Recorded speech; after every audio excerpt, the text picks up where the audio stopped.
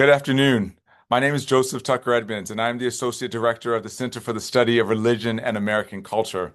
Welcome to the second half of the sixth season of the Center's Religion and series. Religion and is a series of monthly conversations between leading academics and practitioners hosted by the Center to engage and enhance critically important conversations on the state of religion in America.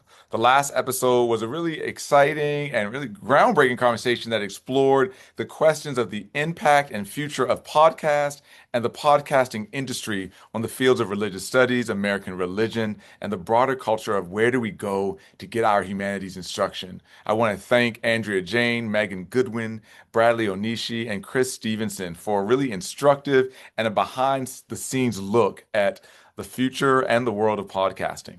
If you didn't get a chance to catch it, please check it out on our YouTube channel. Or if you just want to listen to this or any episode, we are now available everywhere you download your favorite podcasts. Today's panelists will explore religion and the promise of career readiness. As universities face growing pressures to demonstrate the market value of a liberal arts education, religious studies and related departments are exploring new pathways to prepare graduates for the job market. Today's episode of Religion and will examine emerging models for career-focused bachelor's and graduate tracks and partnerships designed to connect students with professional opportunities. While many of these initiatives aim to respond to increasing demands for career readiness, and we're going to unpack what that means, they also raise important questions as how departments balance the promise of employability with the value of critical humanistic inquiry. And so I am so excited to have this conversation with a group of scholars and teachers and administrators who have been thinking around and across this topic for a while. So please remember for the audience that throughout today's session, we're asking folks to submit questions through the Q&A feature on Zoom. This will enable our hosts and panelists to engage these questions as they facilitate this important conversation. Before I hand it over to our host today, I'm going to introduce our host and our panelists and then hand it over to Rachel Wheeler. Rachel Wheeler, today's host, is the chair of the Department of Interdisciplinary Studies at Indiana University, Indianapolis. She is a leading scholar on missions and Native American Christianity in early America, and her current project is developing an app for faculty that help to make the invisible work of academic service and domestic labor visible. I'm going to do short intros today because there's so many more things I could say about Rachel and all of our panelists, but I'm going to keep it short so we can jump into our conversation. Joining Rachel today will be one of my former professors and a good friend of mine, Dr. Julie Byrne, who holds the Monsignor Thomas J. Hartman Chair in Catholic Studies and serves as professor in the Department of Religion at Hofstra University. She's the author of The Other Catholics, Remaking America's Largest Religion, and O God of Players, The Story of the Immaculata Mighty Max. Welcome, Julie. We will also have Dr. Amy De Regatis. Amy is a chair and professor of religion and American culture in the Department of Religious Studies at Michigan State University.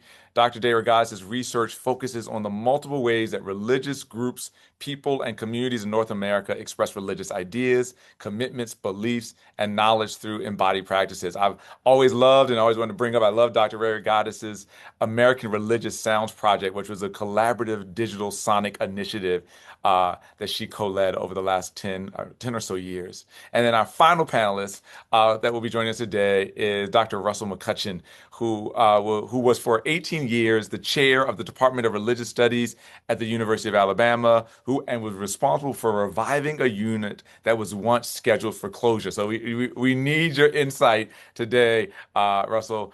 He publishes and teaches broadly in the field on its history and the theories of religion, myth, and ritual. So I'm just so excited to invite and to welcome Amy, Russ, and Julie. And I'm handing it over to my colleague and good friend, Rachel Wheeler, to serve as your host.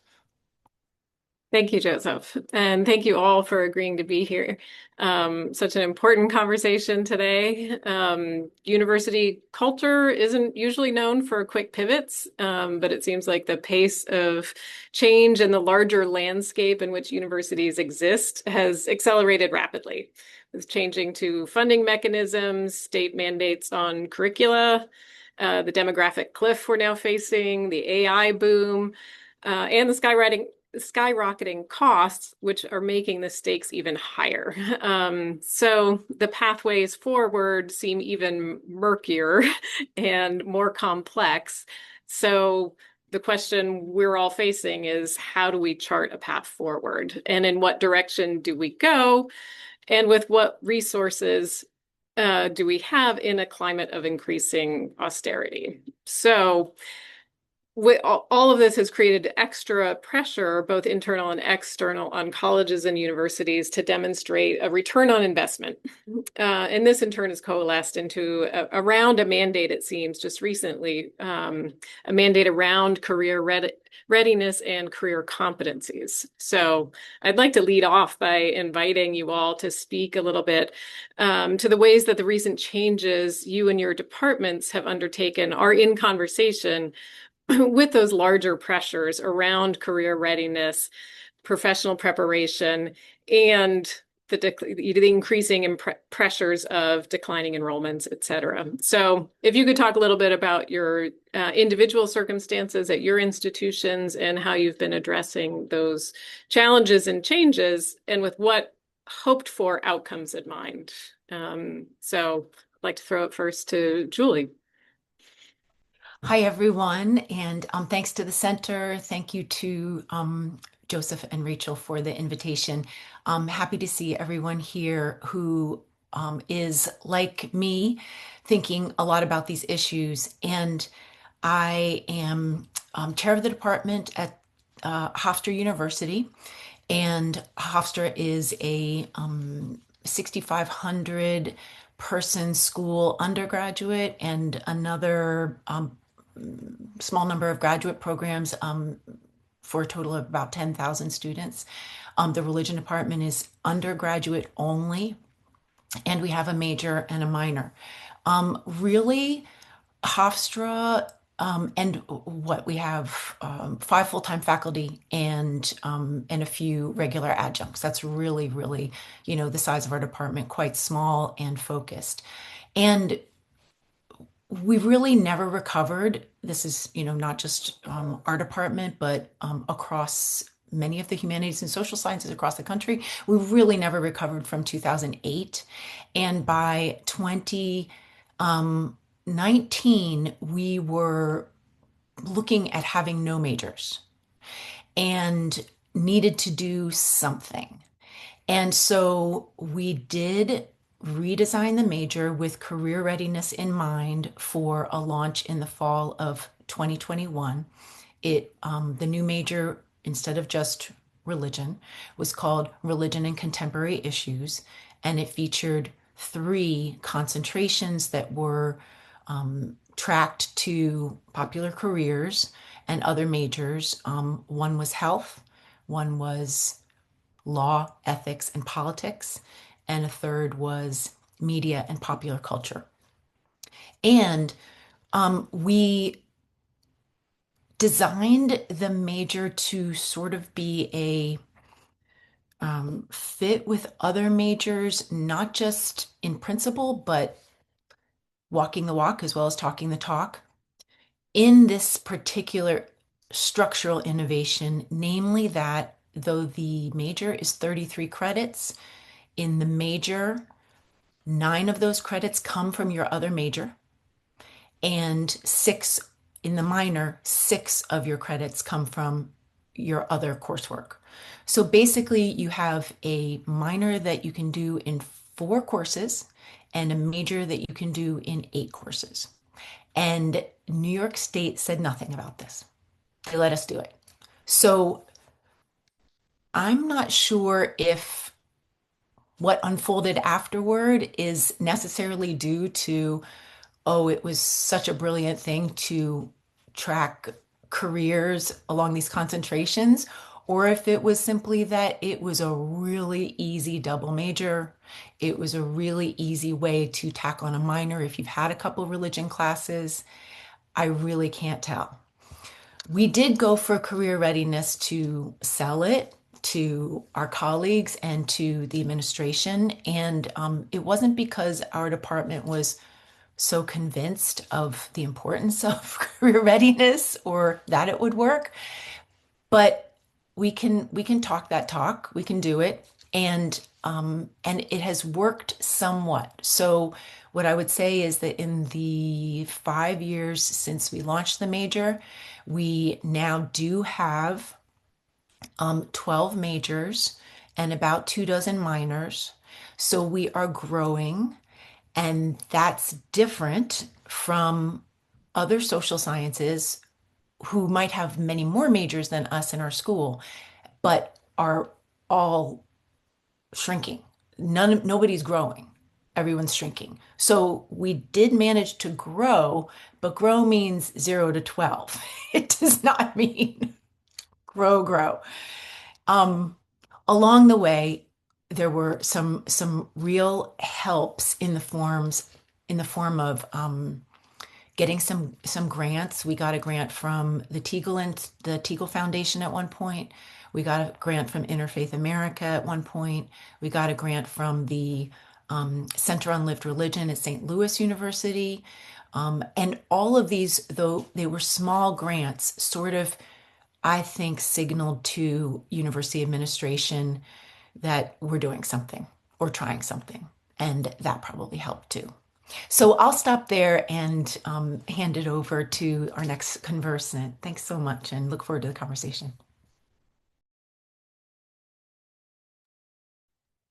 Yes, that's me. Is that me? Hi, everybody. Thanks for having me. I've written on some of these things, and if anyone wants to email me to see, I can suggest, but I'll give you a short version. I came to Alabama in 2001 because in the late 1990s, the state credentialing agency, as public universities and states have, kind of came back with a vengeance in the state of Alabama. The number of graduates, not the number of majors, but they are related numbers, was the coin of our realm, as in some states.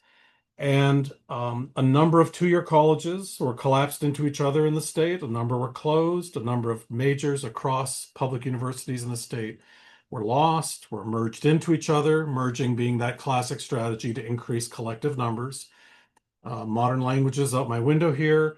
We no longer have German majors, Russian majors. We just have a language major, and Spanish really drives that program. So that was a strategy adopted by a lot of colleges. So that's the context into which I was hired. When I got here, our department, which was 4.25 people then, it was two cross appointments in the department, was the second strongest of the weakest programs on our campus. So we were close to the bar. We were still non-viable, our state language. And that was a year in which state funding was being cut. The state of Alabama pretty regularly, when the state comes up short, cuts the current budget of all kinds of arms of state government, with education, K-12, and universities being at the start of that. So it was a good time to close our department, but a brand new dean did not do that. So I was hired into an open, the chair had retired. So I don't want to say this the wrong way, right? One of the advantages we had here, and I want to knock on wood because one never knows what conversations are going on elsewhere on a campus. We confronted this a long time ago, and we had to get things in order in 2001, 2002, 2003. It doesn't mean we foresaw what was coming, though problems in the humanities have been long brewing, though they certainly have been ramped up recently. And it doesn't mean the problems can't change. But the issue of majors, number of majors being a marginal subject seems to have endured. And the pivot we made when we were only 4 and a little people was convincing the faculty that we studied people, not religion. Is that one way of saying it? Convincing the faculty that their deep dive into whatever expertise, hard-won language training, ethnographic fieldwork, and I'm very Jonathan Smithian about this, was a petri dish or an EG where much broader things could be examined of potentially wide application. Doesn't mean you don't learn a language and do your fieldwork and have an expertise, But especially with bachelor students, we just know the vast majority are not going to become scholars of religion. They're going to go into a wide array of futures, like Julie named. They're going to apply to law school. They're maybe going to get to med school. They're going to become school teachers. They're going to go into business. They're going to become social workers. And the reports I think a lot of us always get are that there's a wide variety of skills students think they learned with us, even though they don't necessarily remember the name of that river or that particular god. Or so we invested in that, and we did it in a way that hopefully did not demean the expertise people had. And we are a very content specific profession. Go to the national meeting, you know which session you're going to. It's all content. I'm a content specialist, but it was looking for the intersections and the broad application. And I can talk more about that later. I don't want to rant here. But I think that was the initial move that took a few years to really convince people that we were teaching students how to compare, how to interpret, how to explain, how to deal with ambiguity. And we were doing it in very specific data domains. And that was all the information they learned in a course, all about this text or that tradition. But it was actually an opportunity to do these much broader things. And I think the whole conversation of broad applicability and career diversity to me starts with that switch. Yeah. And Amy, you're the most recent new program among our panelists. If you could speak to what you're doing at Michigan State. Yeah, thanks, Rachel, and to the center and Joseph and Russ and Julie for being here. What both Russ and Julie said really resonates with me. Just to give you, I think in these conversations, institutional context and location is incredibly important.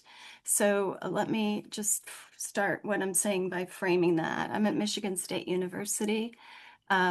Big Ten public university in the Midwest. I think being in the Midwest is important. We have 55,000 students. 10,000 of those are graduate students. So a huge undergraduate class. We are we like to say we're national and global, which we are, but overwhelmingly we serve the students of our state. My department has been around since the 60s. Right now, we have 17 faculty members, and we are in a situation that is extremely similar to Julie and Russ's, and I imagine many other people across the country. We have a traditional BA, and we have fewer than 10 majors. We have about 75 minors. And we now have a second BA in nonprofit leadership and a new master's in nonprofit leadership. We came to this place where we are now, I think really similar to Russ, with this sort of understanding of we're very content specific, but we noticed very early on, and I'm talking like maybe 10 or 12 years ago, that many of our students go on to nonprofit work.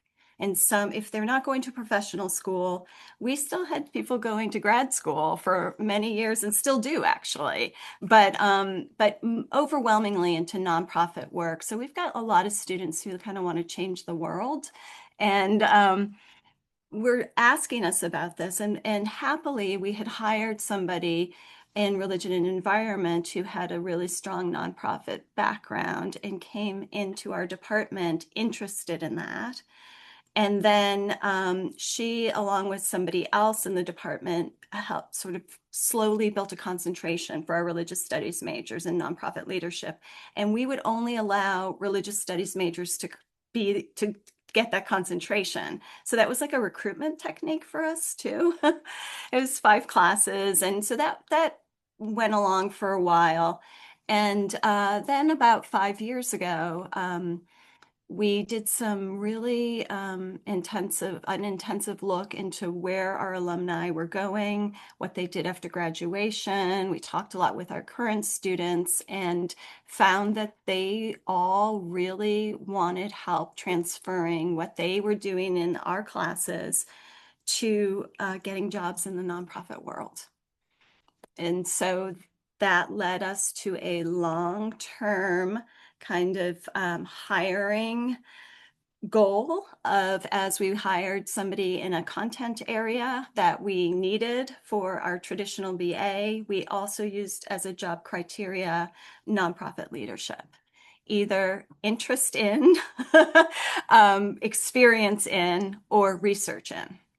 So for some of the hires over the last, 7 to 10 years, they have had, that's been a job criteria. So 2.5 years ago, we launched a master's program that's asynchronous and online. And that's a very much a professional program. And then this fall, we launched a second BA in nonprofit leadership. So we have just the religious studies, traditional BA, and then nonprofit leadership. So what I want to say about context is that one, I'm in a college of arts and letters that has adopted sort of an approach of humanities in action, which is basically applied humanities or in a lot of public scholarship. So I'm in a college that very much values that. I'm at a university that's a land-grant university that is all about application. And also, we don't have, like most religious studies programs at public universities, we don't have a pipeline from the public schools into college, right? So we don't have people coming into our college who say, I want to get a BA in religious studies. And this puts us at a huge disadvantage. So we're having to find ways to meet students early on to get them to get interested. And I just want to say that we had 3 people identify as nonprofit leadership majors before we had officially launched in the summer before, when we just had sort of vague marketing. So, this is a major, and they're in the connection to religion is makes it strong. And so, this is a major that is working not just with what our faculty, many of the people in our faculty, especially the younger faculty, had some expertise in, but it was directly responded to the demographics of our students, what they were interested in, and where they were going. Thank you. That's such an interesting convergence where you're able to bring together student demand with faculty expertise and responsiveness, it sounds like, from the administration to be able to hire to meet, to serve those needs. Yeah.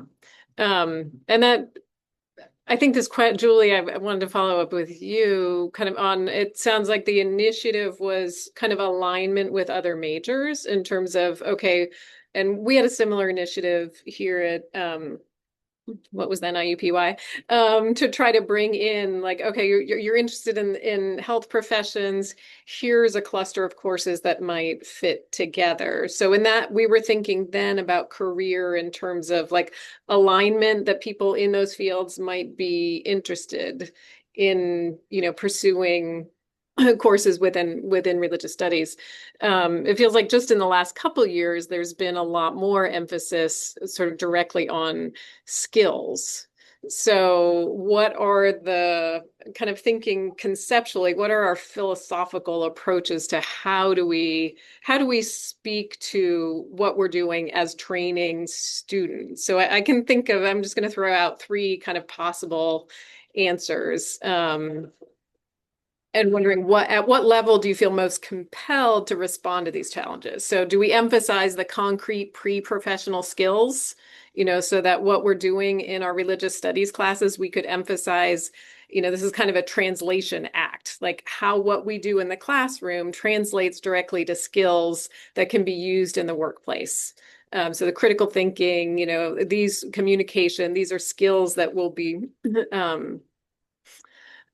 could be useful in many different careers? Or do we make a stand for the inherent worth of humanities inquiry, which perhaps is all the more necessary in the age of AI and also perhaps is tilting at windmills?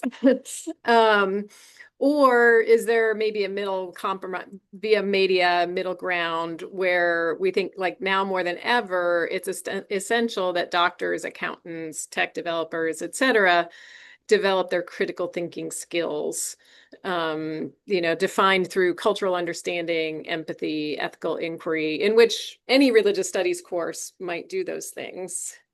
I mean, I both admire so much, Amy, that the program that the specificity, right? There's a direct, and I think our Indiana legislatures would very much admire such Right. specificity and having a direct career path. Yeah. But given the diversity of, faculty expertise who were not hired responding to job ads that, that had these criteria, can we remake ourselves or?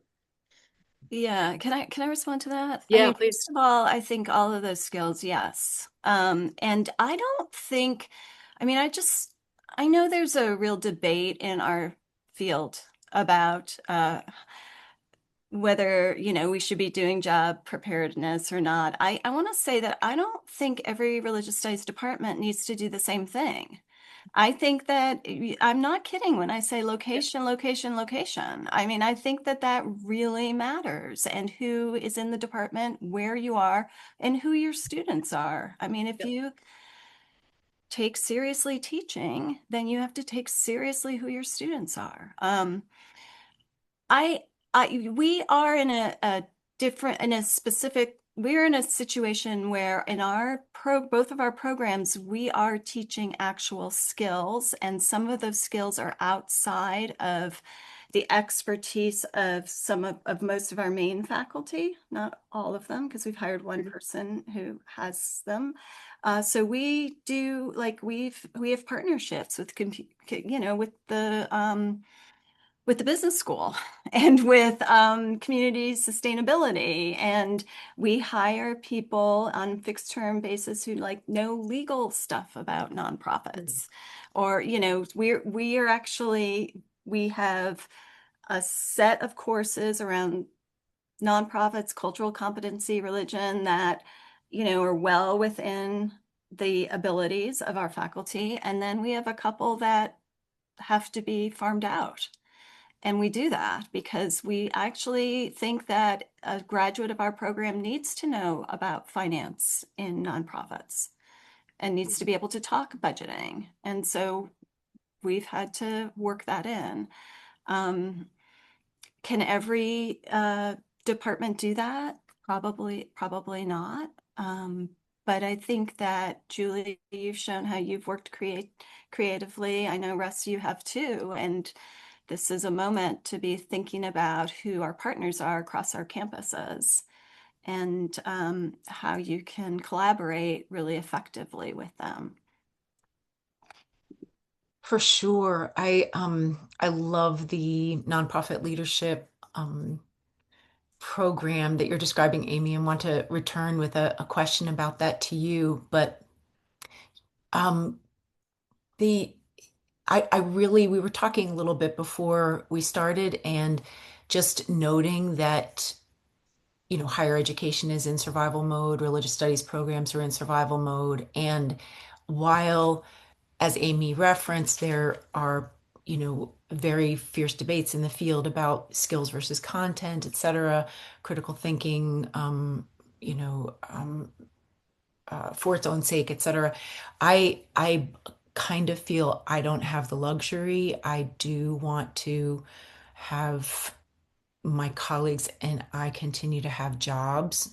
And I do want to take care of the students who, for whatever reason, find their way to our little building and say that what they get in our classrooms is so important and meaningful to them. And I would like, more people to feel that way. So I think it's really that I don't stand on principle. A very small tactic to try to help students talk about what they learn in the class and translate it to the professional context is that I started including on every assignment in all my classes a list of the 8 career competencies that are compiled by the National Association of Colleges and Employers, and most career centers across campuses participate in that professional organization, NACE. So it's often called by its acronym NACE.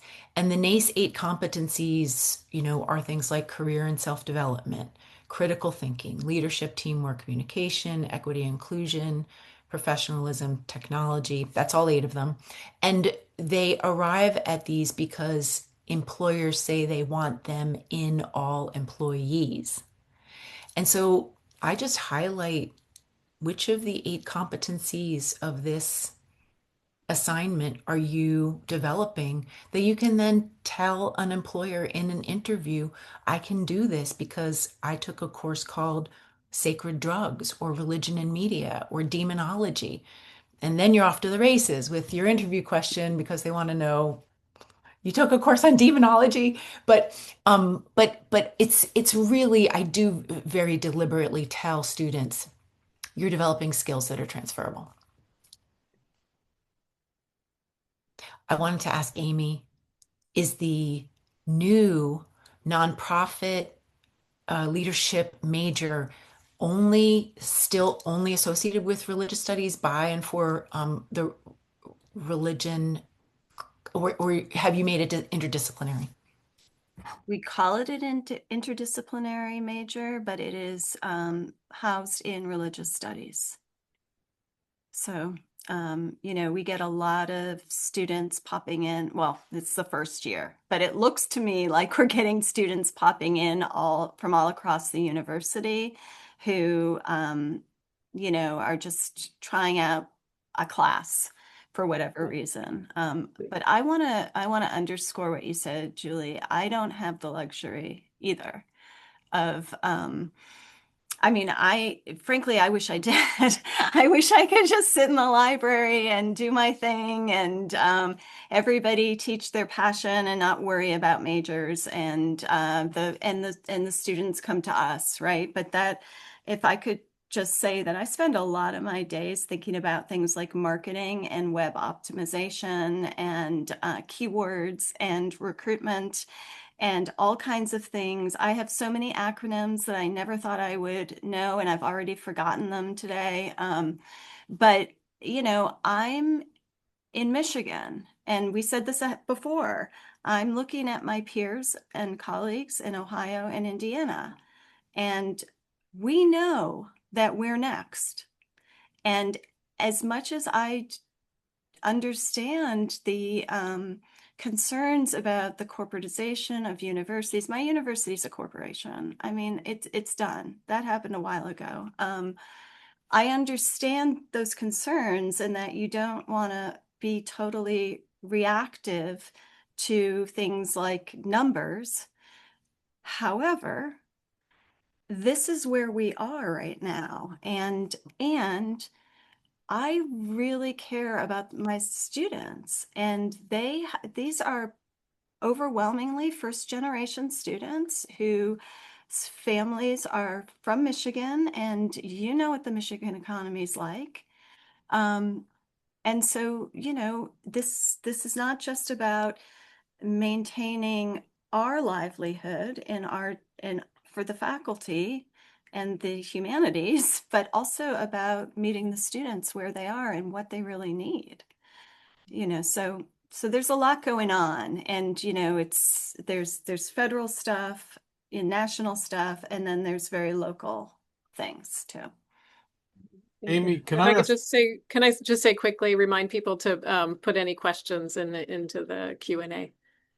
Thank you. I just wanted to follow up with Amy and say, without naming names, of course, but in generalities, are some faculty resistant to this? I think we're a field like some others, we need another Shakespearean scholar, the classic English department, that have really resisted this. Do they understand the need to do this, whether they themselves are involved in your new major or not. How has that gone down? Okay, so Russ, I don't think you know me well enough to know that I always tell the truth. And so I want you to know that I voted against this when it came up. So yes, this change is hard. And it's really, I voted against, this was a few years ago, and I voted against it because I couldn't see, I think ultimately it's because I couldn't see how I fit in. Were But what you I chair said, then, or was this? no, no, no, Okay, it I was wasn't pre-chair. chair. Yeah. No, yeah, no. But when I became chair, I had to shepherd the masters in. Um, I think it's really hard to make these kinds of changes. And what convinced me was that we started a program of hiring people who actually had the expertise as along with their other content. But I just want to, here's the truth. I was somebody who really had to be convinced. And it's also because when I started to really see what the students wanted to, that that made a difference for me. So yes, I think it's a hard, change is hard. Yeah. And it seems like the challenge is the discernment, right? Like right now, it's the figuring out how do all these pieces fit together? The particular, demographics of the student, the state, what's the climate in the state, and what are the expertise that we have, and trying to find that convergence, something that is possible to do with the resources that are available. So I'm curious, Russ, along those lines, with your more like global perspective, do you have any like tips or like where have places managed, what's the key to that discernment or finding, you know, which programs are going to manage that discernment process? I had this weird luxury, as I said, that when I arrived here, I had to not say Alabama Commission on Higher Education. That's our statewide body, AIC. I had to not say that too much. That was the sky is falling kind of talk, because it was very real talk and really mobilized people. So I had to learn how to not abuse it and how to um, keep it meaningful so that it would marshal us. We met for the first 2 semesters, I think I got here, we met every single week as a faculty. Like every single week we got together to figure out our next step. How are we going to get above that 7.5 marker graduates per year? For years, we couldn't get beyond 30. We're on about, we were at 18,000 students. By the way, I saw in the chat somebody asked us, or the questions. And then the university had a planned doubling, and we are now at about 41,000 students, all undergrad. We have about 6,000 graduate students. And we couldn't get above about 30, 32 majors, no matter what we tried, it seemed. And now we're at 55. We might be 60, depending how you count. Somebody didn't pay their fees, so they're not registered this semester, and right, it's always a flexible number. One strategy there was very self-consciously contacting minors. And though we don't count major hours in another major, we can't do that. But being very creative in course substitutions and telling the registrar that, oh, this language class counts, and to make it seem very doable for the minors to transfer to be a major. But we've been very successful recently gaining new majors. And I think because all along, very few of our majors thought they would become scholars of religion. They all have career interests, plans. They see the things they do with us, I think, as a bit of a luxury of not just the second thing they're also interested in, that old, but getting to dive into some ambiguity and nuance. And the real problem for me becomes graduate education. And I know we're not here to talk about that, but I think the pivot to see graduate education the way many of us have seen undergraduate all along, that we're here to give them skills they're going to entrepreneurially use in a variety of unexpected places. I think that's been a bachelor's approach for many years, unless you had a degree another major like Amy's talking about. But once you got to graduate, well, now you really got to get on with your specialization. And with the bottom of that market falling out, I think we have to pivot at the graduate level to that same kind of rationale that we're empowering you with advanced research skills that you're going to use in a variety of places. And I think that's a very difficult pivot also for people to make. Yeah. Oh, Thank you. And if I could bring up a question from the panelists, from an audience member, about what are the differences and how you might sell your majors or minor to different audiences.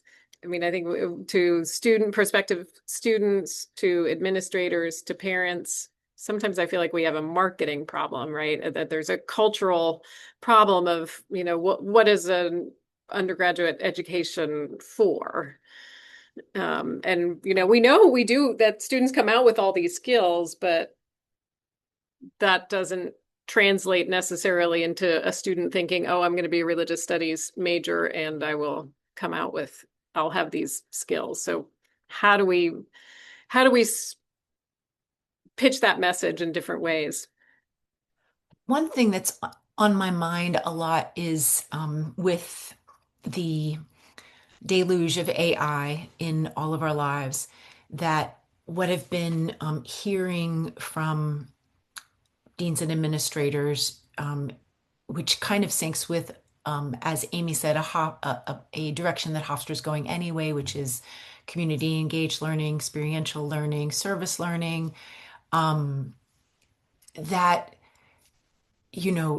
whereas the undergraduate job market upon graduation used to be, a triangle and lots of entry level jobs, narrowing to, fewer jobs as you go through the ranks. Now the shape is more like a diamond, and there's a point, a very narrow point of number of entry level jobs because they've all been replaced by AI. And so it is now the job of undergraduate education actually to give people job experience, to give people that entry level job experience, to give them internships, experiential learning, whatever kinds of hands-on career readiness. All the more, if we weren't going in that direction already, AI absolutely, makes it crucial. So, one thing I'm thinking about a lot as chair, to riff on, what keeps Amy up at night, I have to find internships for all the religious studies majors. I have to find internships for them, and I have to make them work and make the case to uh, anyone, to them, to the employer or internship provider, to parents, to administrators, that this does have to do with religion, or we will make it have to do with religion. And we just want them to have any work experience that we will take care of on the academic side, relating it to religion. I have this semester, for example, someone who is super interested in community farms, social mutual aid, and is growing mushrooms in the greenhouse at Hofstra. We are going to make that work with their religious studies major. And, just in whatever, how much time this takes though is incredible. Huge.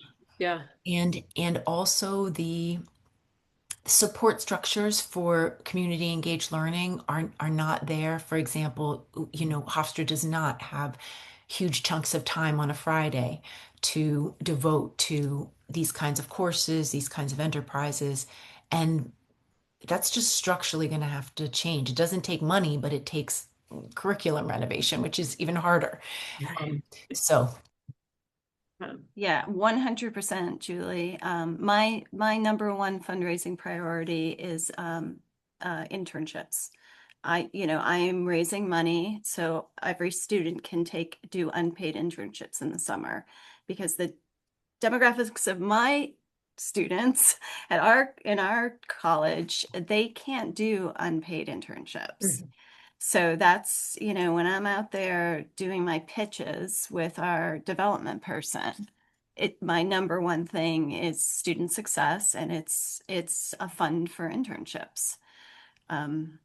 I think that all of those engaged, like hands-on opportunities, whether it's, as basic as a site visit or as in-depth as like community partnerships throughout the semester or summer internships, whatever it is, I think all of those things are incredibly valuable, but also, are also of interest to at least my institution, which is deeply involved in community engagement and like I said, anything that's applied. Right. So the internships come before, has that been established in your program for a while, or is that going together with the social? Yeah, so we are building internship opportunities in our department, but also our college has a pretty robust internship program. What I'm concerned about is a lot of those are unpaid. And so in order for our students to do it, I have to raise the money. So the university has the structure to help match the internships, but yeah. Yes. So your focus is on the fundraising. Yeah. Internships in our department entered through the masters. 12 years ago, we started a terminal masters, and about 2 years into it, we developed internships. Now they're impacting our BA program for the first time the last year or two. But they're for credit. They're woven right into the program. Our grad school allows internships to count toward a degree as long as they're for credit. And Julie, I'm there with you growing mushrooms. Like, I arranged all the internships. I stopped being chair 2.5 years ago in our department. And the internships, for me, do I look behind who's listening? Didn't have to have anything to do with religion. Because again, for me, religion is a site where we're using the skills. So did it have something to do with comparison? Did it have something to do with explanation? Did it have something to do with classification? So it could be very linked to a student's interest. So are they at the University of Alabama Press, or Alabama Humanities Magazine, or the Arts Council downtown? As long as they understood they're not getting an expert on religion, but a master's student who has an interest in the arts, who's doing a terminal liberal arts degree that happens to be in our field, and they happen to be taking courses in a topic, yes, but with this much broader set of interests. And it's remarkable. Like, we've only had 31 graduates so far, so it's only 11, 12 years into it. But how many people are working in areas from our masters who are directly in something that they did an internship in? And one got hired full-time on our campus in that very office. So like a real victory. I wish that happened more, but it just reinforced for us the importance of being very creative in setting up these experiences with students for credit in the degree. And do they bring that back into the classroom? Do they kind of translate from their internship experience back into academic terms of religious studies? Or probably not as sophisticated a way as somebody would like to represent it in an annual report. But they all have jobs after they've graduated, and the majority of our students, like this semester, one's in the Tuscaloosa Arts Council, one's in curation, another's in the university museums. We have several offices on campus. They're almost all of them do probably at least 6 hours of internship in their 2-year degree. So it's working. To what extent it's pedagogically woven in, let's talk about that in the next webinar. Interesting. Yeah, so we've seen lots of great models. I'm sure there are more out there. We've got a question, what other sorts of attempts are there to meet the times? I mean, you can think of, Georgia now has a program in gerontology linked up, or a chaplaincy linked up. So I think there are sorry. Go I ahead. was just going to say, the person who asked the question is actually leading a really important one. It's Christy Slominski at the University of Arizona, religious studies and health professions, hugely successful. And, also a graduate of Michigan State University. So super proud. And I know she has an article coming out in Methods and Theories about that, Okay. about her program. So there are, but there, I feel like I hear of efforts happening all over. I know I've talked to people at many different universities about starting a nonprofit leadership Yeah. BA or concentration. Yeah. And as there's a final question here in the chat, and we're getting close to the end of the hour. And I thought I might ask, like, where the question asks about what's the future of religious studies at the PhD level? Can we continue to train experts in field? So I thought we'd do a little thought experiment, maybe like if we looked forward in 25 years, what do we hope our fields might look like? What do we hope religious studies, kind of trying to set aside for a moment the multiple crises that we're facing, but what do we think religious studies education and scholarship might be in our wildest dreams? I'll give you a pragmatic answer. I'm not sure about my wildest dream. I have trouble imagining how we come back from this. And this is not current federal government issues. Yes, these are decades-long trends that have been growing and mounting. And in 25 years, maybe we have responded, but at least in the short term, I think it means a radical revisit. I think advanced expertise and research expertise is really needed. Yes. But if you're not going to become a faculty member, and there's a relatively good chance in the current job market that that's not your future, then your dissertation is no longer your first book, in an early stage. So why does the dissertation look like it does?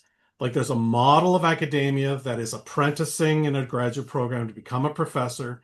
And if that's stopping, then what does a dissertation look like? What do comprehensive exams look like? What does coursework look like? And I tend to think a collaborative, problem-based STEM model of working on sub-projects of larger projects is a way that is well trod in universities, people recognize, and I think could revive some humanities work in rather creative ways. Amy, Julie? I think I, don't know how it all fits together, but I really have found over the course of my career that, while I love scholarship and I love all the scholarship that everyone here does, and I love talking about it, reading about it, introducing it to my students, I do find that, the real worth of the job, the profession is teaching. And I hope that religious studies continues to see itself in dialogue with the other disciplines in a very integrated way, making that case not only to students but to our colleagues so that there is a continued teaching about religion, not just in religious studies departments.